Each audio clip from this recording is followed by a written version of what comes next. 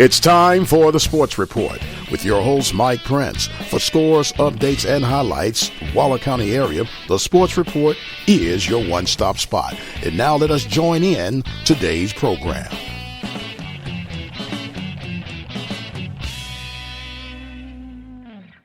Well, hello, good morning. It is a fantastic Friday. I'm your host, Mike Prince, here with the Sports Report on the Open Mic Broadcast Network. What an exciting weekend it is. The Waller Bulldogs are taking on Beaumont Central Jaguars tonight. We'll have that tip-off for you. The game is scheduled to start at 7 p.m. Central Standard Time. So make sure that you come right back here to the Open Mic Broadcast Network at www.ktorradio.com, or you can simply hook up through Spreaker.com, look up Open Mic Broadcast Network. You can even go to iHeartRadio, go to the talk section. From there, go to sports and hit OBN Sports. With all that being said, I was truly blessed by having the opportunity to sit down with a young man from the campus of Prairie A&M University. You may not know him. You may not have never even heard of him. And you might not even be able to pronounce his name if you saw it written down. But what a blessing, what an honor, and what a privilege it was for me to sit down with Reggis Onwukamuche Center for the Prairie View A&M University Panthers. I know we got a lot going on with Waller. We got a lot going on with Hempstead. We got a lot going on with Prairie View. But ladies and gentlemen, if you would bear with me on today, I am sure that if you take the time to listen to this young man, it will truly bless your soul. We're going to hear from Reggis Onwukamuche. He was born and raised in Houston, but his parents are from Nigeria. And when you hear this young man's story, if you cannot rally behind and root for this young man, then I can honestly say something's wrong with you. We're going to have a very special, exclusive sports report on today. And we're now going to hear from Reggis Onwukamuche. My name is Reggis Onwukamuche, and I was born and raised in Houston, Texas, but both of my parents are Nigerian, and they're from the Igbo tribe. So I stayed in Houston, Texas, majority of my life until around the 8th grade, when my parents decided they wanted to send me back to Nigeria to see my grandparents, and not only see my grandparents, but see my culture and know where I came from. So pretty much they sent me and my older brother, which is a year apart from me. He's 1 year older than me. They sent us both to Nigeria, and we stayed there for about 4 years. And like I said, as I was there, I seen the tradition and the culture, where both my parents came from and what they had to do when they went to school. And my grandparents, who are still alive today, both of them are over 100 years to this day. So they kind of taught us about, dignity, decorum, respect, for elders, and respect for what you do. Especially like my uncle always said, my granddad always told us, when you're given a job or when you choose to do something, then you're supposed to give 150% effort, especially if that's what you love to do or if that's what you have to do to feed your family. You have to put in everything. So at the end of the day, you know that, you did all you could and can do. So you had the tale of multiple experience. You were uprooted in the 8th grade. Yeah. You go to your homeland, but it's a strange land to you, yes, just as the case of many African Americans. Yes. What was that transitional part like? Well, that transition process was pretty, at the beginning, I'm not going to lie, it was really difficult because, like I said, I was born and raised in Houston, Texas, in the Southwest area. My parents, they weren't able to really raise us as they wanted to because my mom was a RN, so my mom was RN, so she had a lot of work to do. She worked at night. My dad, he worked in the airport, so like he was busy, so they weren't able. And you know, as a kid in American society, you learn mostly everything at school, behavior-wise, educational-wise, and a lot of stuff. So when a lot of traditions that my people did were foreign to me, like respecting elders, the only people I really respected were my parents. So if a teacher said something to me at a young age, I see my classmates not giving that respect to the elders, so I will kind of emulate them in a way. And so all that stuff kind of accumulated, and then my mom and dad was just like, they were just like, you know, you have to go to Nigeria. So it was really hard because you can't just behave as you would in America back in Africa. You can't do that. You can't even if you're angry with somebody like my auntie or my uncle, when I wake up in the morning, I have to say good morning. And I have to respect them. You can't just shun, like, oh, I'm not talking to you because you did this. You know, as you know, some people do to their parents, like, I'm not talking. No, you can't do that. You have to respect yourself. Seeing that the work ethic is totally different, especially, you know, had to go chop wood for firewood. Had to go help my grandfather farm, you know, multiple things. So it was very difficult because it's just the society we're in today, especially in America. You know how African Americans behave here. Like that tradition is just lost due to, you know, the European value that they imposed on us and everything. So very different. So it was very different. So how long did it take you to get adjusted to the Nigerian lifestyle? I would say about that second year, I was really adjusted to it because the first year especially, I kind of looked at it as if I didn't know. My parents never told us we were going to stay here for 4 years. So I kind of thought, oh, I'm just going to stay here for maybe this year and I'm going to get back. So I still had my American accent. I still try to do some American things. But then I remember one of my classmates in the 8th grade in Nigeria, he told me, you know, when in Rome, you behave like Romans. So, like, I learned that in order for me to survive, I had to adapt.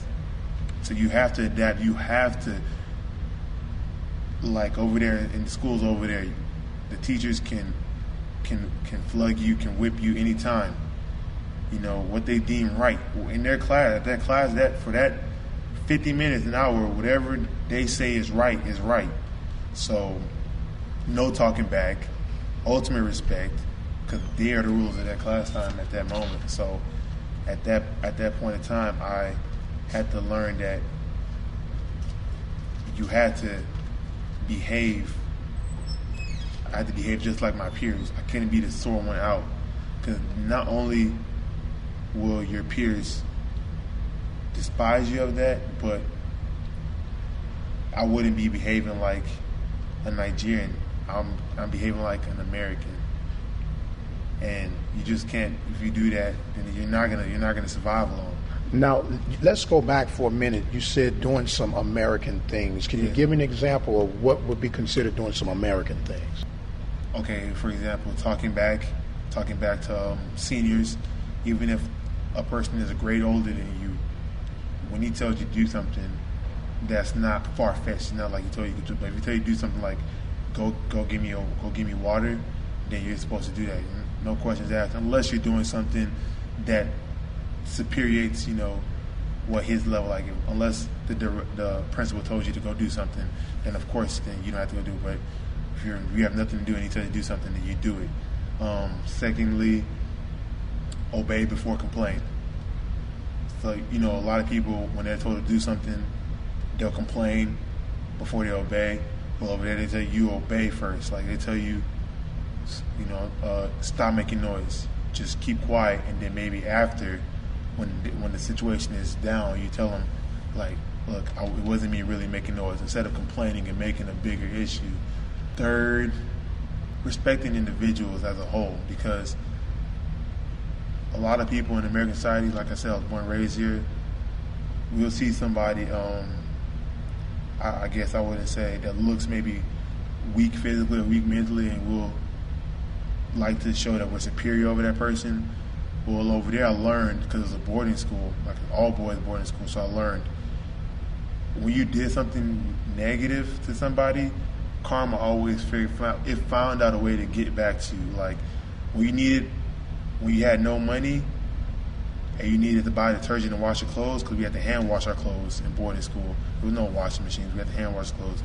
Then it may be that person that you bullied that's going to help, or where you need answers for a homework assignment or a test, is that person that you did something wrong to is the person that's really going to be the one to help you. And it happened. I've seen it multiple times really happen. No lie, that a person like needed help, and the person that he bullied or that he did something negative to was the one that has. Well, it's just, I want to say it's a work of God, if I can say that. Like, this is Mike Prince, and I have Mr. Reggis Onwukamuche. Yes, sir. And we're going to speed up just a little bit. You've been adjusted now. It's 4 years. Yes, sir. You've got accustomed to the Nigerian way of living. Mm-hmm. Now you get the notification that it's time for you to come back to America. Yes, sir. How are you feeling now? I was happy because it was a mixed emotions. I was happy because I was able to go back with my parents and all the family that I knew before I knew Nigeria.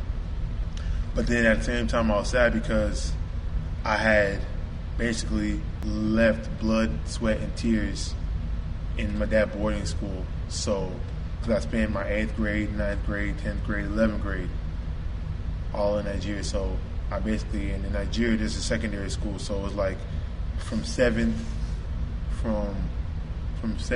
till 12th. So 6th grades all in one school. And so it's basically kind of like you kind of grow up with these people. Like you literally look at the picture and you see, or you literally turn around and see someone growing.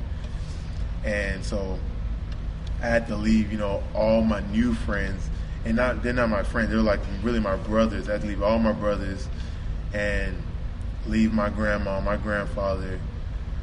But I felt like I wasn't really leaving. I felt like I was just temporarily kind of going.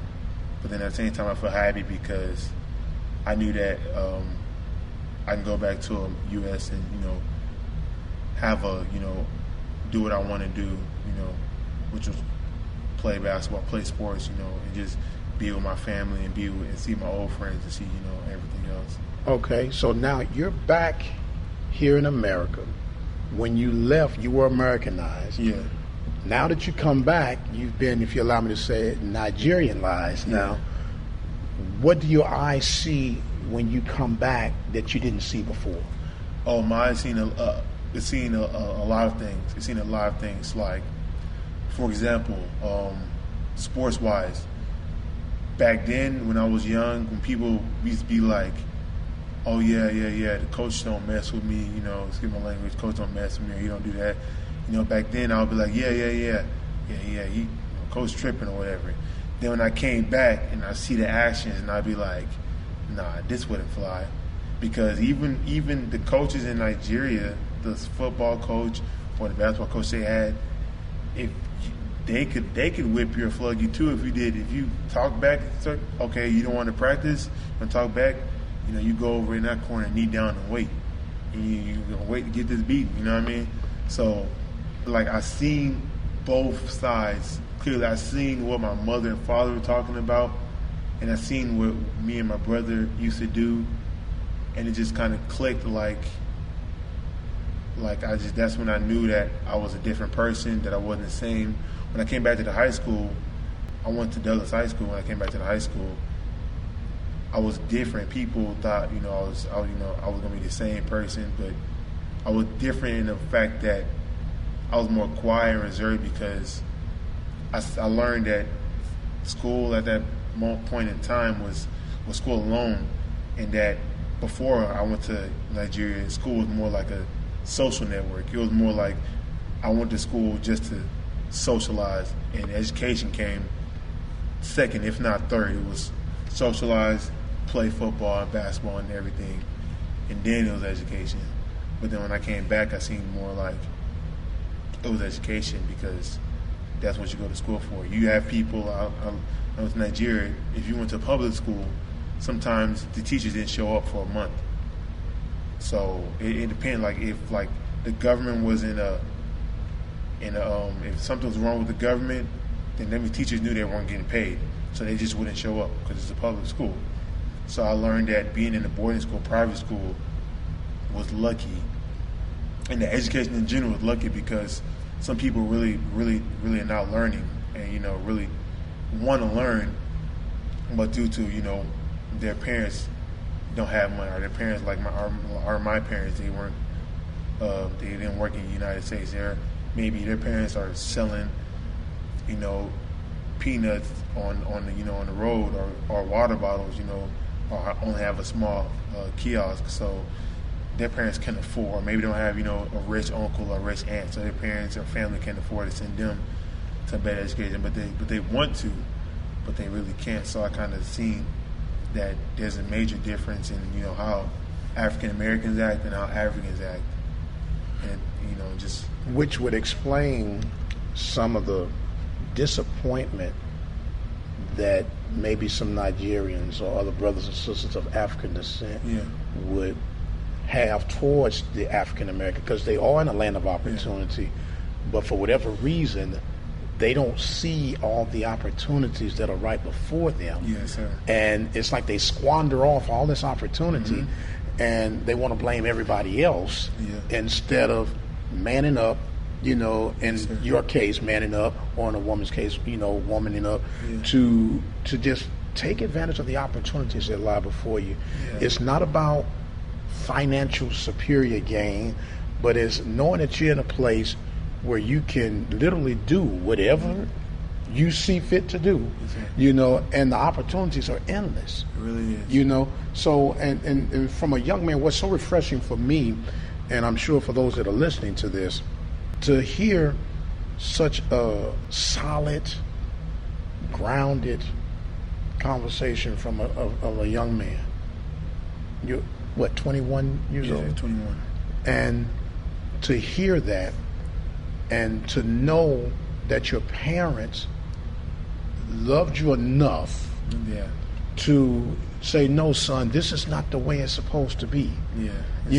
And we as parents, I've got 4 children myself, and we are constantly trying to tell them, don't get sucked up by your environment. All these things, they're good, but there's a such thing as overdose. Yes, sir. So when you got all of this working, and you're coming here, and it's not to signify that one is better than the other, but you're seeing the core of what makes you. Yes, sir. You've gone back and you've been able to literally touch the earth that your ancestors were coming in, and you were able to go back to where your mother and father had their seeds planted in them, and you come back now and you're seeing this. You're going all over, and now you come back and you get to play basketball. Yes, sir. You're at Dulles. This is your senior year, right? Yes, sir. Explain what's happening there. All right. Like I said, eyes open. I came back to play basketball. I wanted to play my senior year in Dulles High School, but I couldn't.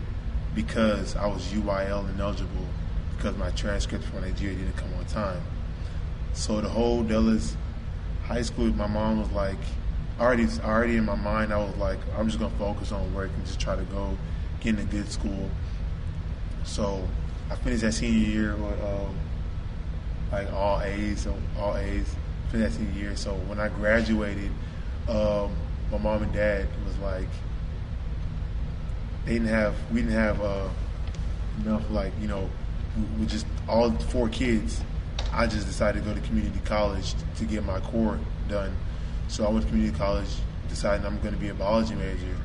So I'm still getting A's and B's, like my coach can verify my transcript in biology, you know, biology 1, algebra, all that.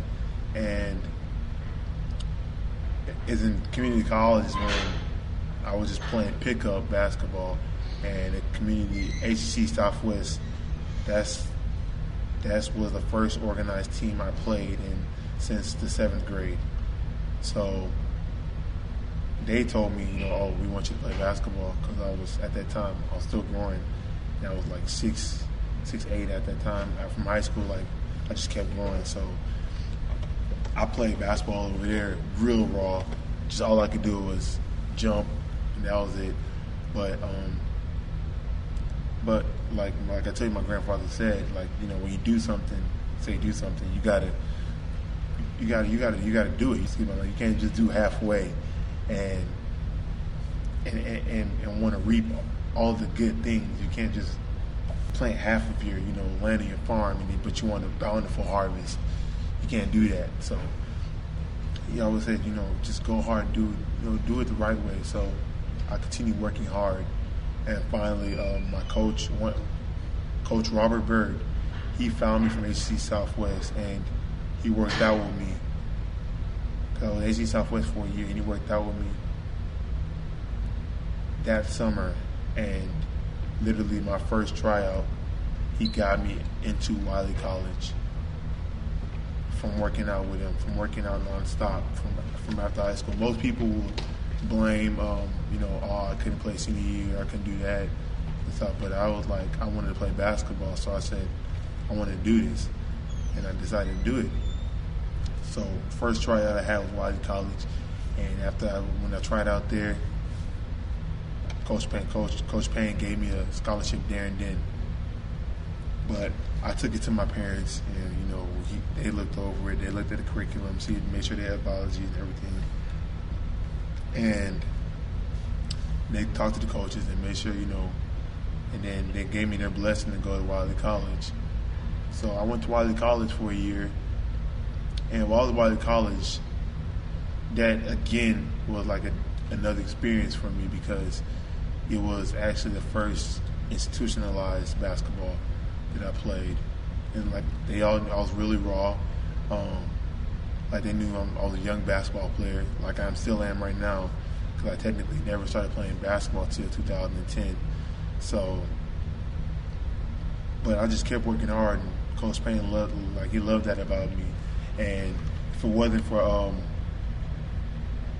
Coach Payne, then I wouldn't be here today, because he's another, you know, he told me, like, when he told me, especially if you're on the court, no matter what you have going on, you have to give 100%. If you give 100%, then you got to get off the court. You got to give it to somebody else, because you're wasting time, and you're wasting a blessing if you're blessed to be on the court and have a scholarship and you're not giving 100%. And Coach Payne is a very good friend of Coach Rim also. So, but after when I was in Wiley College, after I was done, it wasn't anything negative about it, but I felt like I could push myself to a higher arena. So I talked to my parents and I talked to my coach, and it wasn't like nobody was saying negative stuff in my ear, like, oh, you know, you can do better. But it was more of internally, you know, the intrinsic, you know, motivation in me said, I can do better. Like, really, I can do better. You know, nothing with the program. While college was a fascinating, it was a very good school. As you know, the Great Debaters, very good school, very good teachers, staff, professors, everything.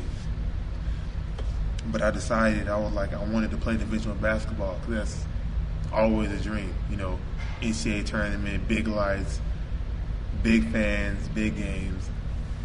And so I decided to go back to my coach Robert Berry, and work out and play with him with Lone Star Junior College at Cy-Fair. So I worked hard nonstop, blood, sweat, and tears for a year, and the whole offseason worked hard. And then finally, I remember the first game of the season, we played HBU junior varsity team, and I dominated that game. And the HBU coach saw me, and he wanted to sign me. And all Coach Burrow kept telling me was like, you trust me, there's more and more opportunities. You just got to keep working hard. So the first real junior college game we had was against San Jacinto. I remember that day, and all I remember was that HBU, they were telling my coach, one was telling me directly, but they was like, okay, we seen him dominate against junior varsity. We wanted to see him dominate against a real junior college. So it was against San Jacinto. They had really good big men, and I came out there and I dominated. And I remember after the game, we lost the game, sadly, because Lone Star is not really developed, junior college. We lost the game sadly, but after the game, HBU assistant coach was there, and he was telling me, I had a good game, everything, all that. And then all of a sudden, my coach was like, Prairie View coach wants to talk to you. And I was like, Prairie View? And I knew Prairie View because, of course, I was born and raised in Houston, but I knew that, I didn't think that, they'll want to talk. I mean, I wouldn't say, I didn't think I was bad, but I was like, maybe they was going to want to talk to San Jacinto big men, because I'm just coming from, Lone Star. So Coach Rim seen me. He told me I played a heck of a game, and that he really wanted to talk to me. And then that's when I really started talking to Coach Rim. He invited me here for a visit, an official visit.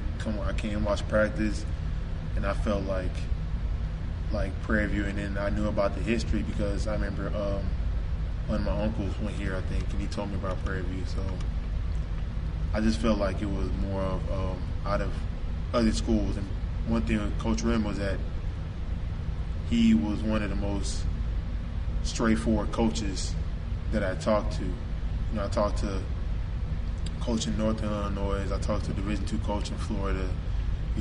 Other coaches, a lot of other D1 coaches, and they were more kind of, I wouldn't say shifty, but Coach Rim was more straightforward. He told me point blank, he said, I'm not going to lie to you and tell you, I'm not going to bullshit you and tell you you're going to come here and start when you never even worked yet, He said, but I will tell you, everybody in my program has an equal opportunity to play as long as they work hard. Of course, if you working hard and someone else working hard too, and they're just that much better than you, then you got to work hard, of course. And that's what he told me. And then I felt like if I'm in that system, then I can get better. And not only that, but I'm gonna have equal opportunity to play.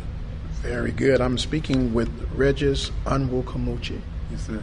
And we are really, I'm truly fascinated and intrigued, impressed with your entire story because you've spoken with Coach Ram. Yes, sir. Of course, you have to go back and let your parents know. Yes, sir. And I'm pretty sure you said you had a connection with some family members, so they were already excited about you. What has your experience been like for you here at Prairie View? My experience for Prairie View, it's been really actually good because I never experienced a university-like type life until I came to Prairie View. Wiley College is a small NAIA school, so it's not that much as Prairie View. Prairie View, it was more networking. Like, I understood when I wear this PVAMU, I'm not an individual, but I'm a product and I'm seeing across, I want to say across the world, because there's multiple times where I've went, to Walmart. It can be in Missouri City, it can be in Cypress, and I've seen alumni come up to me and say, "Oh, you went to Prairie View? I went to Prairie View back in 90-something, 99 or 80. Hey, you acting like that's a long time ago, man. For me, it's a long time ago. I was so young, I didn't know what college was. I didn't watch sports on TV. So. Hey, man, you respect these old grays. You just talked about respect. No, I'm just messing with you. I respect that. But I'm saying, it was 99. I seen the pride. That's what I want to more like say.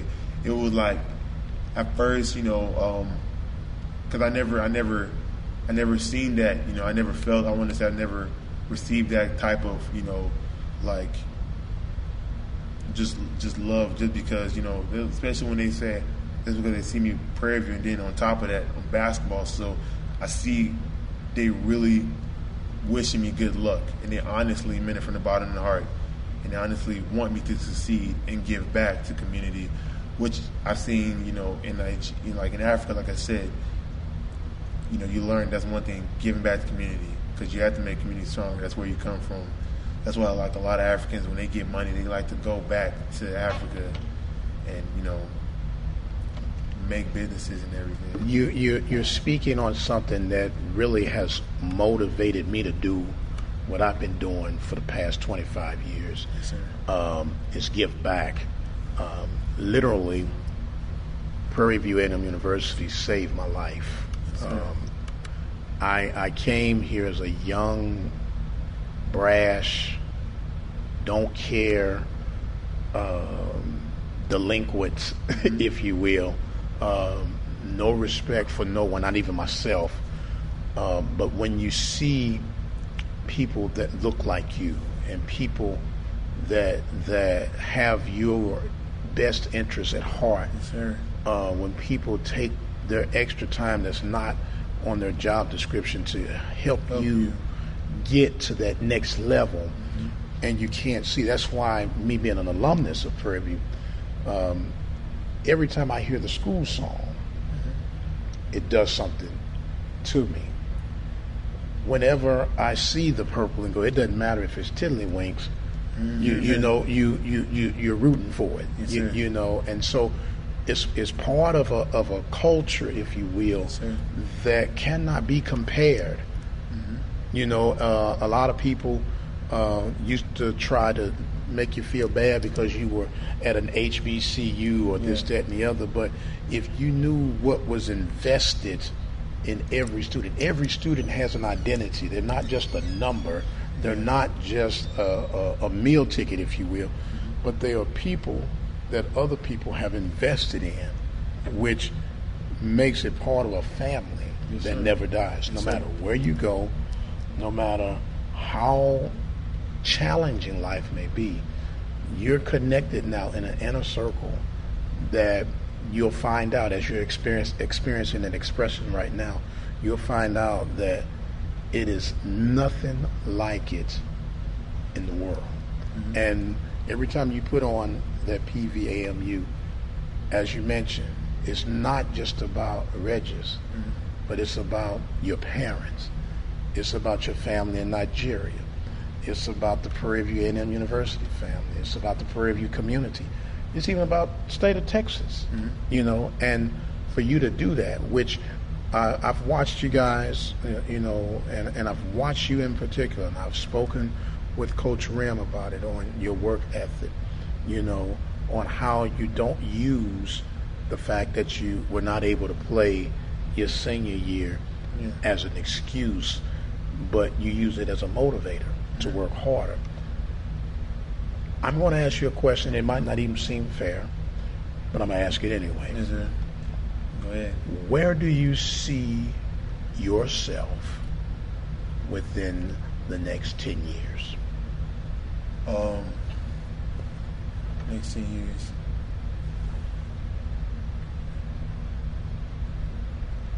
Well, next 10 years, I see myself, whatever I'm doing, even if I'm still playing basketball, if God blesses me and still playing basketball, I know that with my work ethic and just not only that, but with all the support from Prairie View and loved ones that I will be successful in whatever I want to do.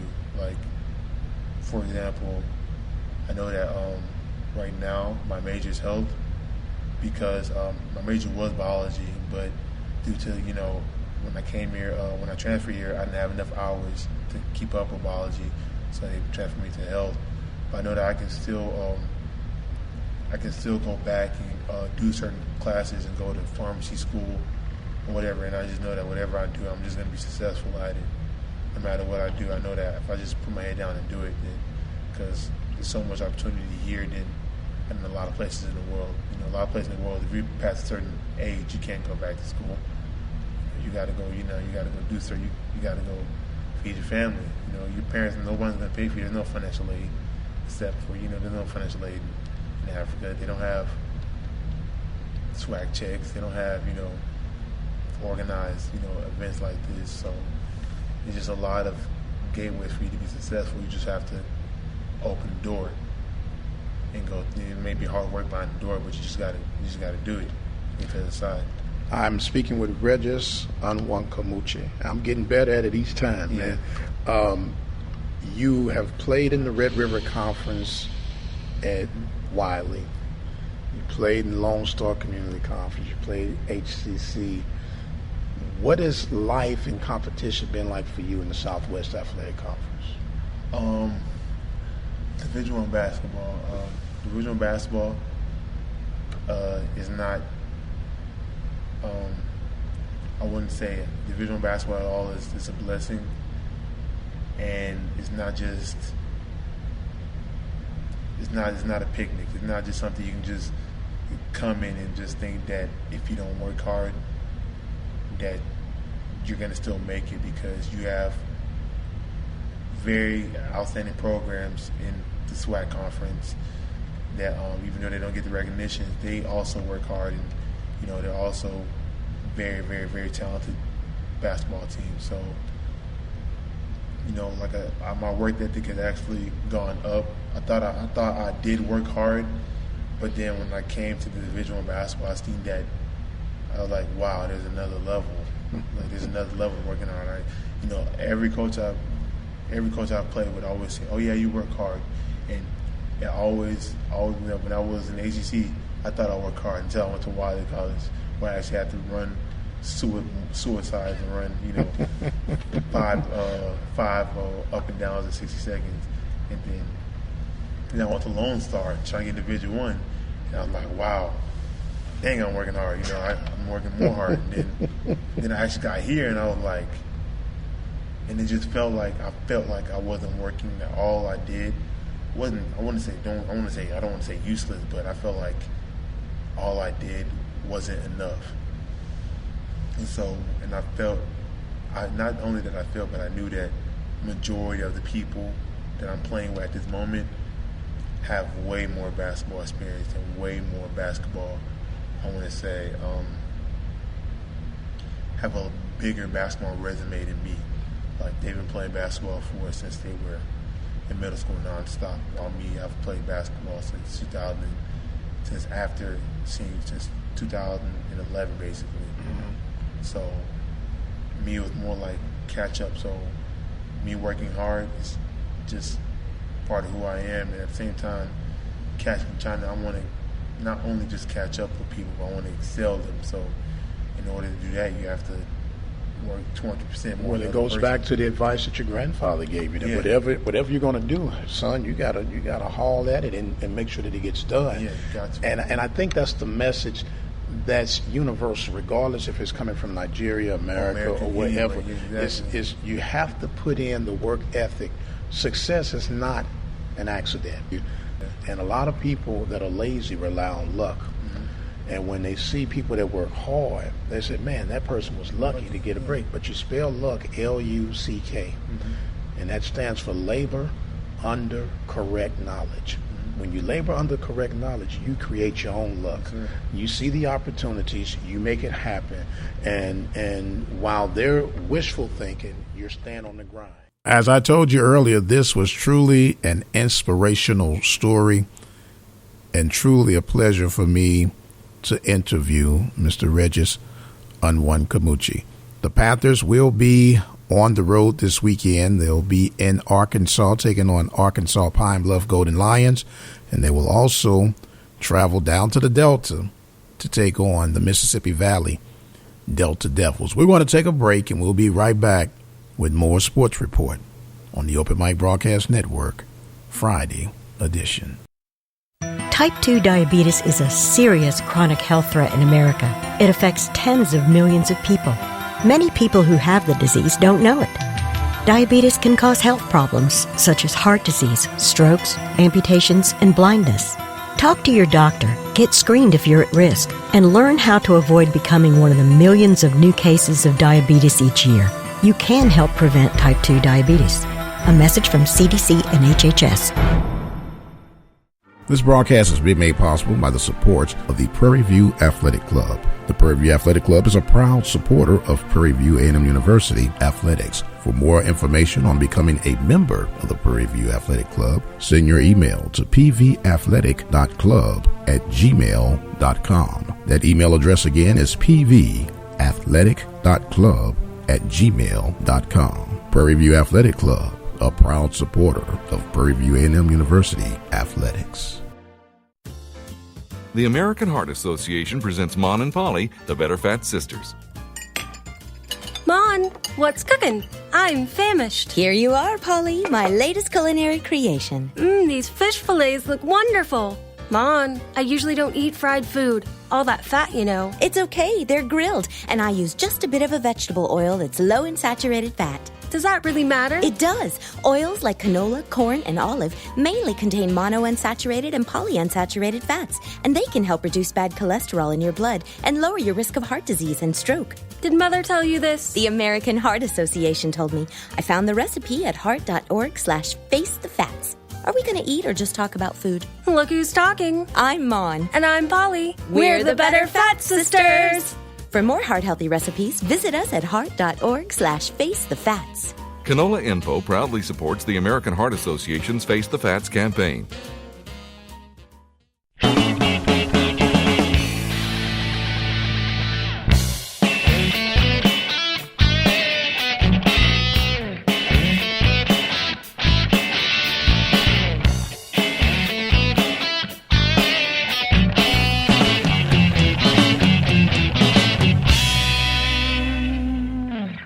All right, that is going to bring us to the final piece of this puzzle on Friday, February 21st, 2014. I really hope that you enjoyed our sit down with Mr. Reggis Onwukamuche. He was a truly a treat for me to speak with. I want to remind you that the Waller Bulldogs will be in action on tonight. Tip-off time scheduled for 7 p.m. at Lee Junior College in Baytown, Texas. The Bulldogs will take on the Jaguars of Beaumont Central as these two teams will battle to see who goes a little bit closer for the state championship. My name is Mike Prince, and God bless. Have a fantastic Friday, and we'll see you on the other side. The Sports Report is a production of the Open Mic Broadcast Network located in Prairie, Texas. Serving the community through faith and athletics, the Open Mic Broadcast Network is the official voice of Waller County athletics.